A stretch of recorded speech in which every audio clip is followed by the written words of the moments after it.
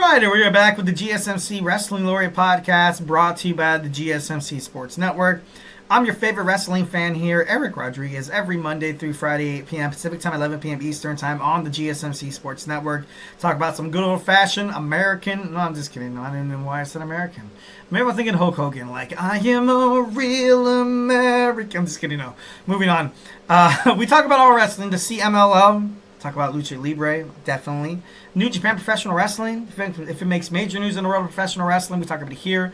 On this show, you don't necessarily have to be full Hulk Hogan, American made. I'm just kidding, no. Moving on. So make sure you guys tune into the show. Like and subscribe. Go ahead and hit that button so you guys can find out when your favorite wrestling fandom goes off in terms of talking about anything professional wrestling related. So, yeah, we can become close like a family. Like a family. I can give you guys more stories about me and my family and how I became a wrestling fan and all the times I had at Disneyland, how it's made me bankrupt. I'm just kidding. No, moving on. All right, now we're going to talk about Netflix streaming difficulties concerned the WWE. But before we get into any of that, obviously, you guys tip and donate. Definitely love what you guys have to say. Make sure you guys say what you want to say. I'm just kidding, moving on.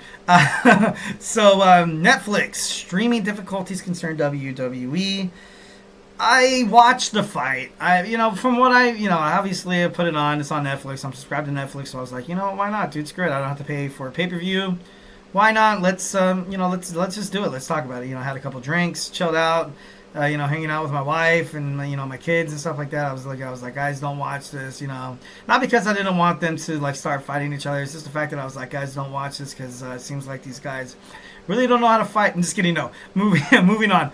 But I don't know. I gotta be honest. During the fight, I feel like for the first couple of rounds, it was it was decent. A lot of people had their money on Iron Mike Tyson, but that wasn't really.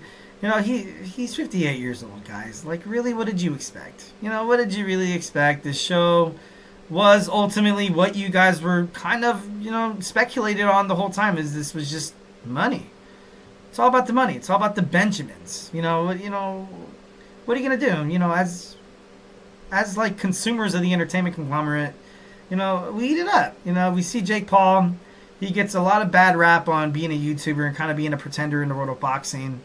And going up against this guy who, in his heyday, this guy was literally, he was punching faces, he was cashing checks, he was biting ears off.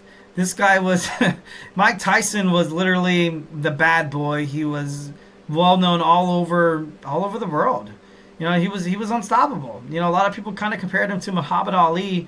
Obviously, I didn't jump into that, discourse too much, ultimately. When he was kind of peaking, he was kind of fading out a little bit. Like when I was younger, I remember Oscar De La Hoya was actually, the talk of the boxing committee and stuff like that. But Iron Mike Tyson, he was just old. He's just old. He, couple of, he had an injury that happened a couple of months ago where the guy literally was about to die. Mike Tyson was literally a hair. He was an inch away from flatlining. And he had to get blood transfusion after blood I'm not laughing about that. It's just so funny how my voice is messing up right now. Blood transfusion after blood transfusion, and it was just bad. It was, it wasn't good. The fact that he stepped into the ring overall was a huge miracle. It was great. Obviously, when superstars come back from injuries, obviously, if it from the NFL, from Peyton Manning's neck injury, from Alex Smith's horrific leg injury, and he came back to cut a few snaps. Also, Mike Tyson. Also, especially in the world of WWE, you get those a lot. Edge. You get Big E on the verge of coming back to WWE. You had it's always kind of cool to kind of see these heroic, inspiring stories where you kind of have the worst situation comes true for these guys, and it's so messed up. Look at what happened with Paul George in the NBA, where he went for a layup, and then you saw him snap his leg like a twig, and he was out for quite some time, man. It wasn't pleasant. It was crazy. I remember seeing that video. I was like, I couldn't eat for weeks. No, I'm just kidding. But overall, the injuries in sports are definitely super bad. But yeah.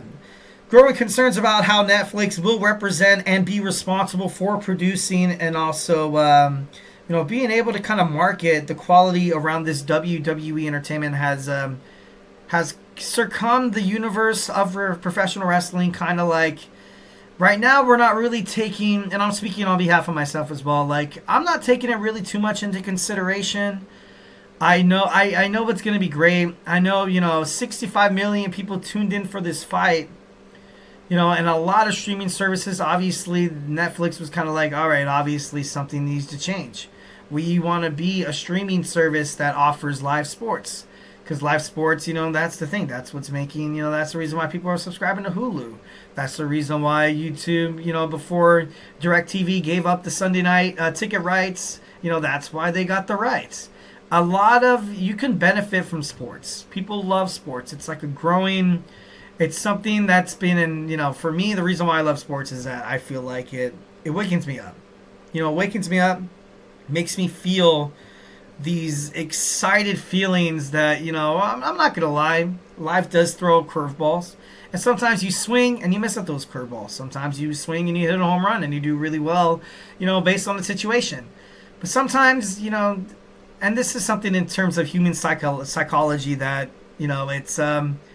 people look for a nice little escape. You know what I mean? Like sometimes when people, where they have anxiety attacks, when when they're not getting hours at their job, and they're trying to pay the bill, they're trying to pay ends meet, they're trying to make sure their kids have a life of luxury that they never had the privilege of having because they grew up in poverty.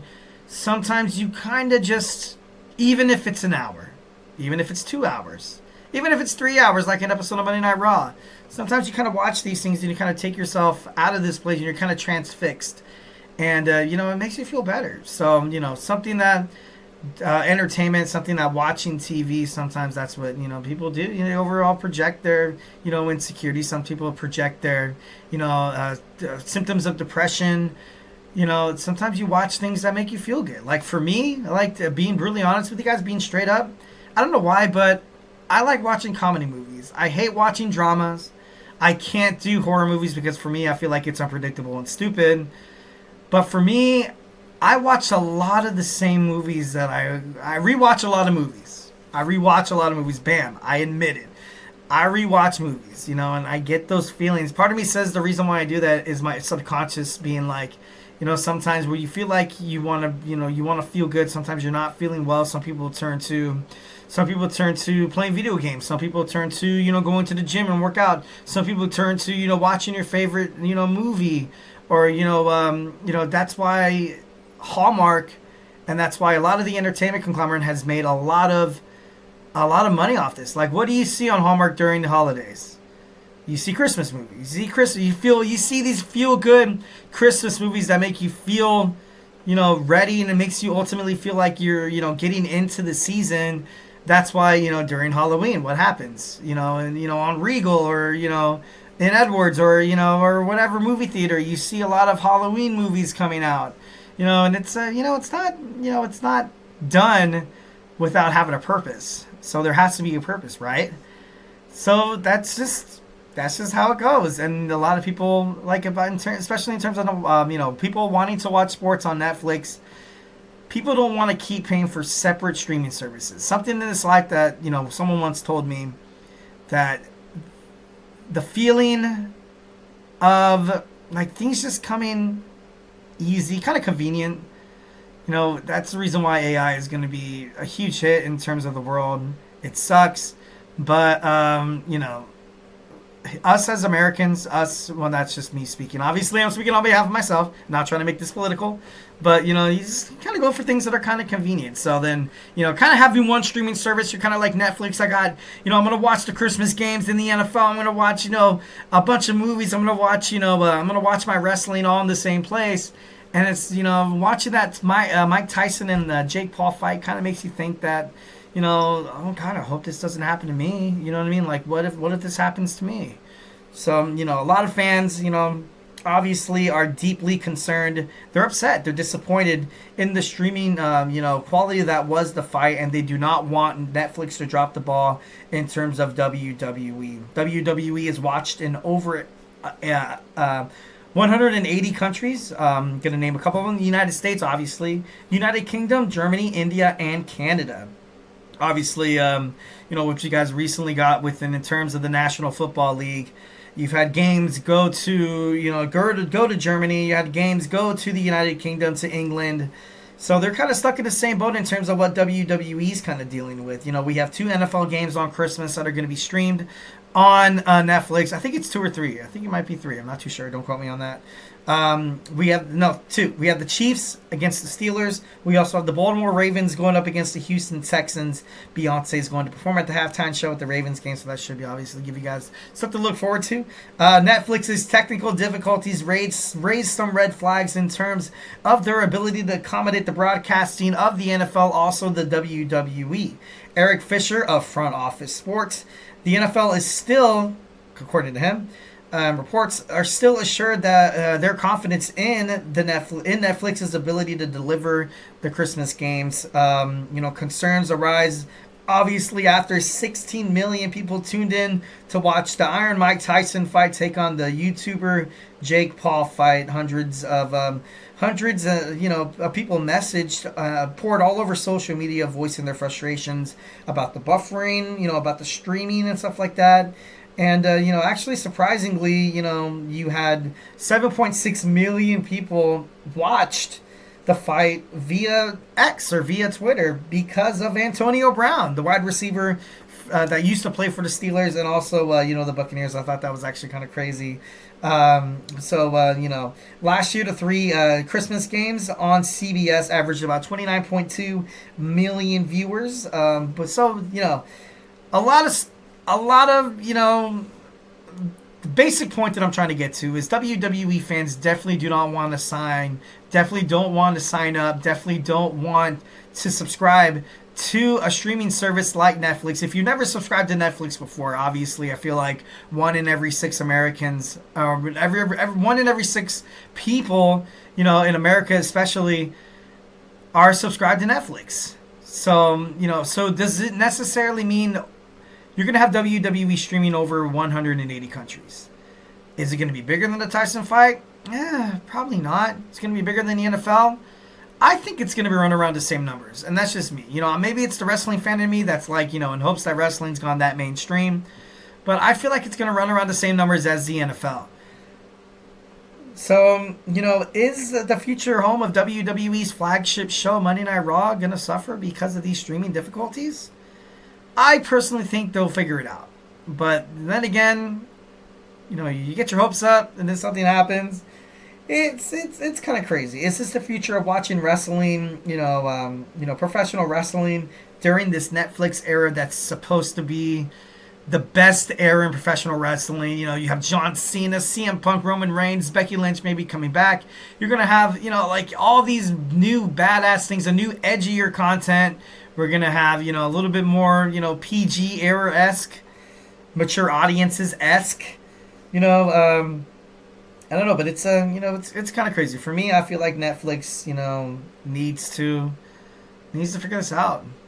They need to figure it out. Netflix have already reached out to WWE saying that they are ready for WWE Monday Night Raw to come in January. But then again, if it is, hopefully it works out. I'm, for me, all for one, all one for all. As a wrestling fan, speaking on behalf of the wrestling fans, is Netflix better do its due diligence and kill it for Monday Night Raw. All right, guys, so hey, do not go anywhere. 12 years ago today, The Shield debuted on WWE at Survivor Series. We're going to talk about that. We're going to talk about Dean Ambrose / Jon Moxley, Seth Rollins, and Roman Reigns when we come back. So hey, do not go anywhere.